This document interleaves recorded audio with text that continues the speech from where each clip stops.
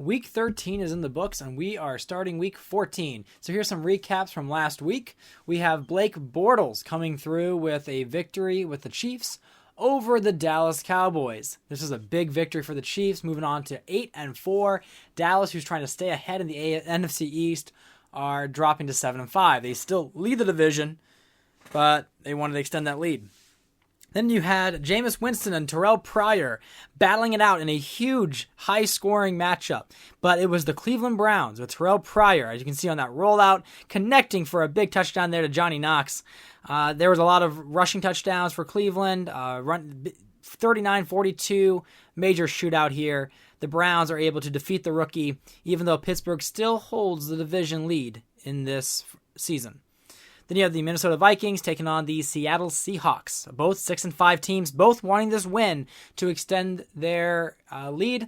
In their divisions, I think the Vikings are kind of in first. The Seahawks are actually falling behind a little bit. But this victory, 27-24, moves them to 7-5, helping them be more competitive in a very tough matchup there in the NFC West. Speaking of the NFC West, we have the Los Angeles Rams taking on the Carolina Panthers. And it is the Rams throwing to the invisible receiver there. Andrew Luck winning 28-21 over Joe Flacco and the Carolina Panthers. So we'll go ahead and get to some of the rest of the weekly recap right after this. So you saw the highlights for the Chiefs and Cowboys.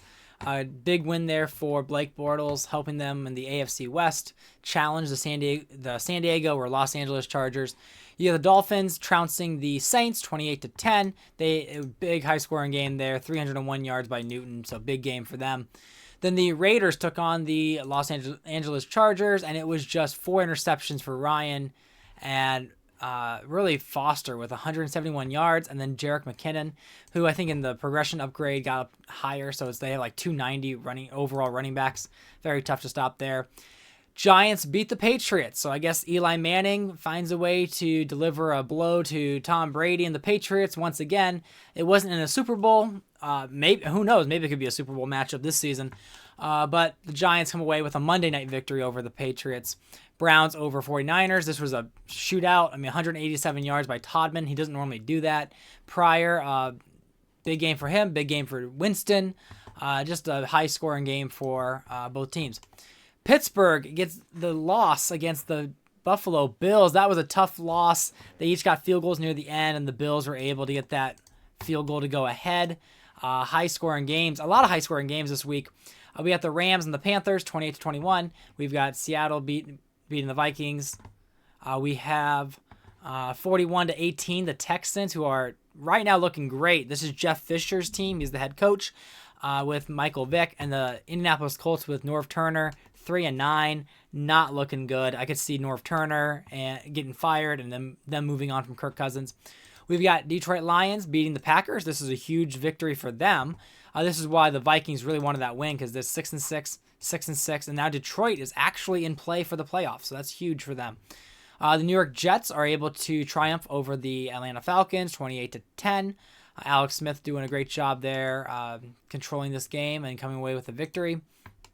We got Arizona Cardinals, who were the worst team in the league, now up to 4-8 with their record, beating the Tampa Bay Buccaneers, who do lead the NFC South. That's good for the Panthers and the Falcons and Saints, who have not had good seasons so far. All 5-7, but that's only 2 games behind, and it's week 14. So there's still a chance for them, even though if I was a betting man, I'd bet on the Buccaneers. Then you've got the Denver Broncos beating the Commanders. This was a crazy finish because the Broncos were down 10-21, and they scored a touchdown. Got the 2 points, I believe. They went 18-21. And on the kick return, Washington fumbled the ball. And then the Broncos were able to go down and score the second touchdown to go ahead, winning by 4. So that was a huge game for Denver fans. Then we've got the Chicago Bears beating the Eagles. This is another team that's been a loser team all year. Eagles have always been a winner in this franchise, but they're just struggling to win games this season. And this is where McNabb is. It doesn't say his age here, but there it is, 38 years old. So that's a lot for a quarterback there.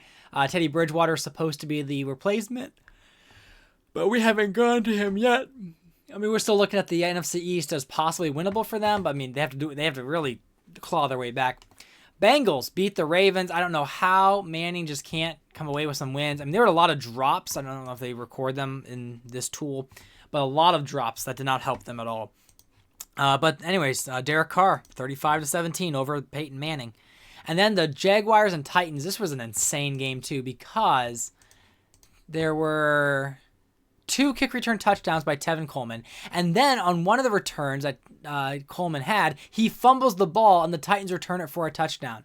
This was a garbage, terrible game. It was a sloppy game. We had Travaris Jackson getting injured in that game. And actually, I'm considering just replacing him for the rest of the season. I don't know if I'll use Joe Webb, who is a 70 overall. I might actually give Brett Hundley the chance to start at some point this season. I know he's a 59 overall. Terrible Madden decision. But in the way I run this franchise is I try to do what real teams would do. And so if you are 4-8 on the year, or 3-9, excuse me, you're 3-9 on the year, and you drafted a rookie quarterback, and you have a veteran 32-year-old that's not performing at the level he's supposed to be, then maybe you move on from him and you give a chance for the young guy. So Brett Hundley may not start next week, but he might start somewhere near the end of the season. I haven't decided that yet. But there is the recap of the games, and now we'll move into the standings. So after last week, the Patriots are now 2 games behind the Dolphins. So with that loss to the Giants and the Dolphins winning their game, definitely not what the Patriots were hoping for. So still likely in the playoffs. I mean, they have a good shot at being at least a wild card, maybe even the 5th seed, probably between them and the Chiefs. There's some other options, like even the Browns could possibly make it in. Buffalo, New York, they're 6-6. I mean, technically not a bad season. But, of course, the AFC East has been very competitive the last few seasons. Then you got the AFC North, where Cleveland is closing the gap. Pittsburgh losing by 1 point to Buffalo was not good for them because they wanted to keep their gap between Cleveland wider, and, well, they're stuck with this 1-game lead. Cleveland's on a 4-game win streak. They were 4-5. Bengals and Baltimore, well, they're 4-8. Not doing so great. Baltimore with the 4 straight losses. Yeah, their hopes of playoffs are pretty slim. I wonder if I should really consider, is Manning the best guy to finish this, or should I be looking at, like, Troy? Well, see, they're all kind of old because Troy Smith is even there, but he is 31. They're all 30, so Baltimore did not really do a good job succession planning in this season. Then we have the Texans, who are blowing away the AFC South. They are very close to even clinching the playoffs just because their division is that crappy. Jaguars at 5-7 is pretty good for this division because you got 3-9 Colts, 3-9 Titans. Both could be in the market for a new coach and a new quarterback in the draft. The Colts have dropped 8 straight games. Sorry, Colts fans. And then you got the AFC West, competitive between the Chargers and the Chiefs, 1 game apart for each. Then we have the Raiders, also 6-6, so kind of like the Raiders, but Bills and Jets kind of vying in that 8th seed, trying to unseat Cleveland, who's in the 7th seed. I think it's Kansas City Chiefs in the 6th seed, Patriots in the 5th seed. And then Denver, they got a win. They're 5-7, so that was a good. I mean, they're still pretty low in the standings.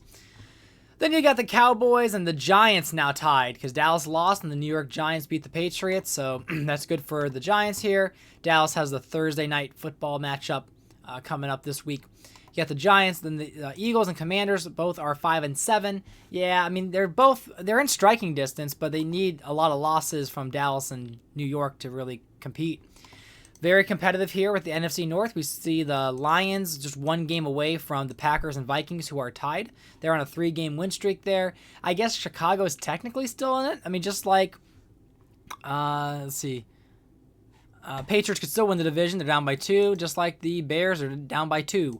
They could find a way to win the division, but they would really need something to change drastically. And I don't see the Chicago Bears pulling together a playoff season out of this terrible start. Then you got the Tampa Bay Buccaneers, 2 games ahead of the Falcons, Saints, and Panthers.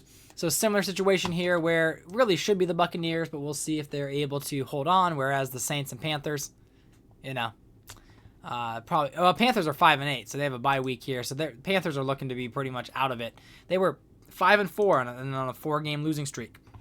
Then you got the Rams, ahead by 1 game over the Seahawks and the Niners. Niners started out like 5-0 and then slowly dropped to 7-6. So not the season they wanted, but they're still it's very, very competitive wild card seeding. You have the Giants at 7-6. You've got Seahawks and 49ers. You've got maybe the Packers or the Vikings. One of them could be a wild card seed. We'll see how that turns out. When we look at the actual league, it is the Titans, Colts, Bears, Ravens, Cardinals. Bottom 5 teams in the league. We'll see which ones end up getting the number 1 overall pick. So we'll see if the Titans or Colts or any of them can win their way out of the best pick. So Brady, he has not had a bye week yet, but he is about 150 yards ahead of Big Ben. Then you got Rodgers, Manning, Newton. Touchdowns, you got Newton, Rodgers, Carr, Brady, Roethlisberger.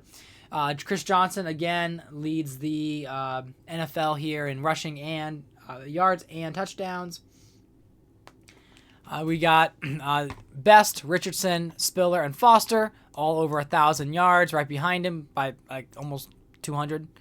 Well, about 113. Yeah, Chris Johnson with 20. Then you got Richardson, Martin, Gurley, and Spiller.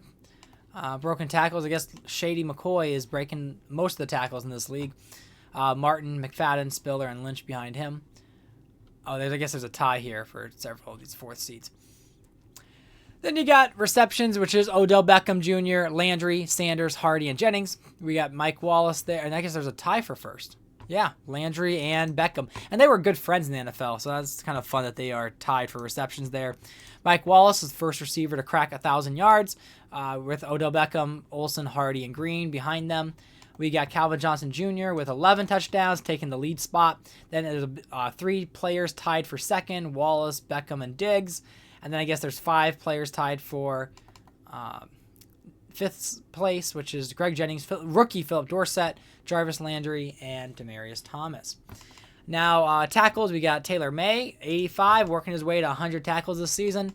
We got William Moore, Southward, Mathieu, Daniel Manning, and Lofton, all in that top 5, kind of 6. Tackles for loss is Von Miller, Lawrence Taylor, Dante Fowler, who he's in the running possibly for Rookie of the Year, for Defensive Player Rookie of the Year, that is. He's been having a spectacular season with Washington. You got Kareem Martin with the Giants, and then you have Khalil Mack tied for 3rd. So there's a top 5 there that are kind of all tied for 3rd. And then you've got Von Miller with 15 sacks. He's been having a fantastic year. We got Dante Fowler right behind him with 10. We got Lawrence Timmons with 10. Everett Brown, Mingo, and Olivier Vernon. Then for interception, we got 5 here. Clinton Dix got 5. Barry got 5. and Manti Te'o got 5. Then there's a handful of them with 4. Glover Quinn, C.J. Mosley, Carroll II, Justin Durant, Quan Alexander, Ashton Yabuti, Manti Te'o, Eric Berry. So there's a lot of tied for 1st and tied for 5th. Forced fumbles, we got Michael Griffin, Everett Brown, Luke Kuechly, Anthony Barr, Pierre Paul, DeQuell Jackson, and Von Miller is up there with forced fumbles with 3. You got Tremarco Thomas, 2 touchdowns, and then there's a handful of people with 1 touchdown on the year. Doing a quick scan through for these players. Interception leader is Derek Carr, Joe Flacco, Gabbert, McNabb, Ryan. And then we got Pryor, Dalton, and McCoy at 14. Some of the best, I don't know if there's anyone that is doing it well and starting, or what their touchdown to interception ratio is. Newton has a 22 gap. There's a 15, 3 only for Derek Carr. I guess he's throwing more touchdowns than picks, which is good. Brady has 12, 11, 10, 16. So pretty good. I think Osweiler was really good with the ratio. It was like 23-7. Well, I guess he had a bad game where he threw a couple picks there. He used to be pretty low on turnovers. Then you got the league rushing leaders. Pryor, the quarterback, is 970. He's almost at 1,000 yards. Crazy season. Here's more players for receivers, tackles, sacks, interceptions, kicking, and then returns. I mean, that's right. Returns make this crash. So there, I reset it. And so right now the playoff picture could be the Dolphins getting the first round bye in the AFC, and then you've got the Browns versus the Chargers. You've got the Texans versus the Patriots, and you have the Steelers versus the Chiefs. Then you've got the NFC where the Rams would get the bye. You have the Cowboys taking on the Giants, the Bucks taking on the 49ers, and the Vikings taking on the Seahawks. When we go back to the weekly recap here, things I forgot. Not news necessarily, but top performers. You see Big Ben had 381 yards and 5 touchdowns in the loss against Buffalo. Foster, 171 yards, 2 touchdowns. Earl Bennett had 161 yards and 2 touchdowns against the Colts in their win. Quan Alexander with 6 tackles and 2 interceptions. That's the big one there. Let's see some rookies that did well. Ajayi, Philip Dorsett, he's also in the running for Rookie of the Year on offense. Mariota also having a good performance. Winston having a fantastic game against the Browns, just falling short. Gurley, I guess they gave him a good score here. I guess he had more receiving yards, 82. Yeah, he was doing a good job catching the ball out of the backfield. And then we have disappointments being Matt Ryan, 58 yards and 4 picks. That was a really bad game for the Raiders. Doug Baldwin only had 1 catch for 5 yards. He's an 89 overall superstar, and he just got 1 catch. They won, though, so it doesn't matter.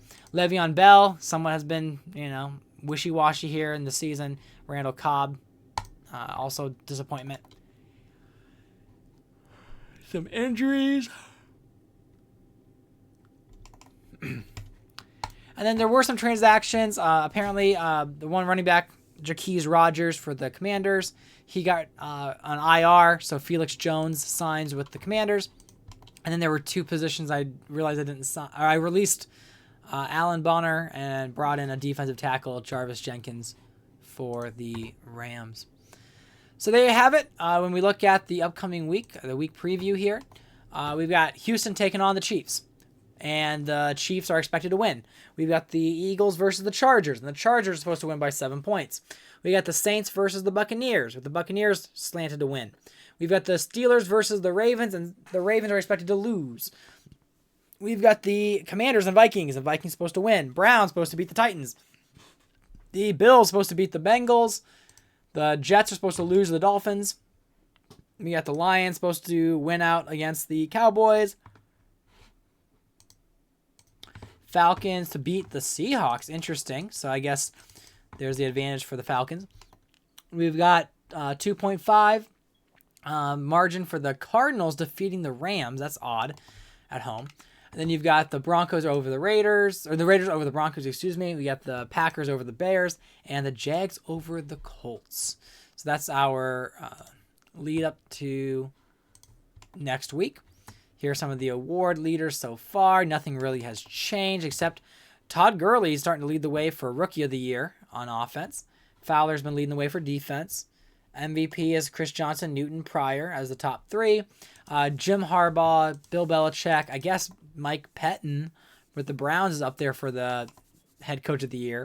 John Gruden and Jeff Fisher. Going down, best up. And we'll see what these are when they actually pan out.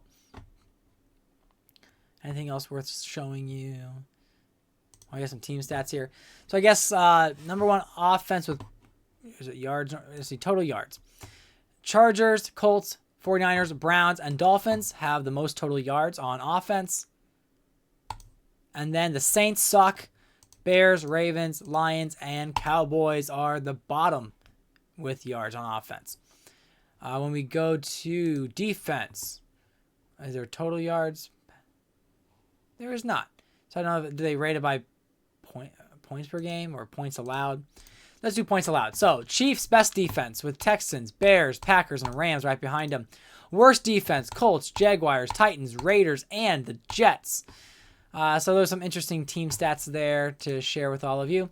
But yeah, if you like this update with the 32-team franchise, leave a like, subscribe so you can see when these videos come out. I'll keep trying to update more often.